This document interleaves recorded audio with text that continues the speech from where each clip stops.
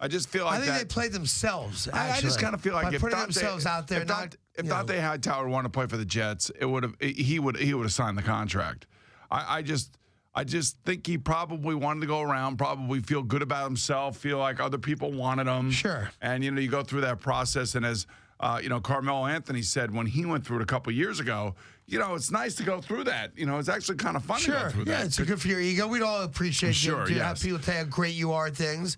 I can tell you this as a fact. The New York Jets offer wasn't in the same ballpark as the Patriots. They never made an offer bigger than the Patriots. They made no real attempt to get Dante Hightower based on what his market value was going to be. And why do you say that? Why? Because I thought that their offer was more than the Patriots. Now the question, it's always semantics. Is it per year offer? Is it guaranteed money offer? Is it signing bonus offer? There's so many aspects to each of these offers. You could say one thing and not be inaccurate. You know what I mean? So I can tell you this: he got $19 million guaranteed. Not much. He got $43.5 million overall, and it's a 4-year deal. Based on his age, you'd imagine he has a good chance of seeing all 4 years.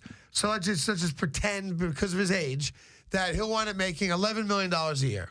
Right? Doesn't sound like much. 4 years, $11 million a year, and $19 million guaranteed. I told you he was looking for the Jets' offer was less. Well, it looks like he was trying to get what Luke Kuechly got, but he didn't get it. He did not get it. No. Now, part of that might be the trade-off if you stay with New England. I don't know what the Pittsburgh Steelers offered, but I do know as a fact that the New York Jets didn't get close to the offer that the New England Patriots were signing him for. Right. The New York Jets also told him that they weren't going to make him a new offer. So they were not going to negotiate and go back and forth if he was going to act like a ping pong ball. So the problem is this.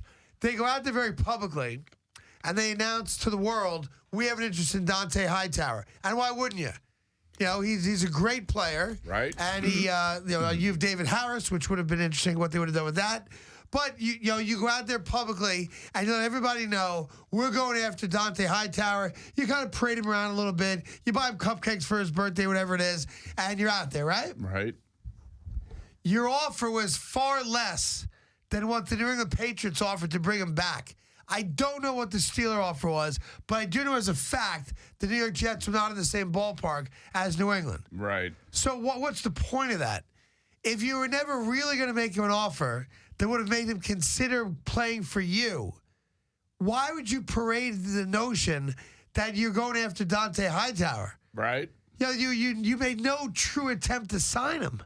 And by that I mean New England gave him $43 million, $43.5 million. You would have had to have given him $50 million to get him. And they offered him less. So I don't understand what the Jets are doing. They put themselves out there as, we're going after Dante Hightower, but then they let their hated rival re-sign him, and they never made a bigger offer. Well, I told you. So what kind of business model is that? In order for Dante Hightower to come play for the Jets, they would have had to significantly up their offer. But they didn't offer. By the way, it wasn't like they offered the same amount. The New York Jets offered less.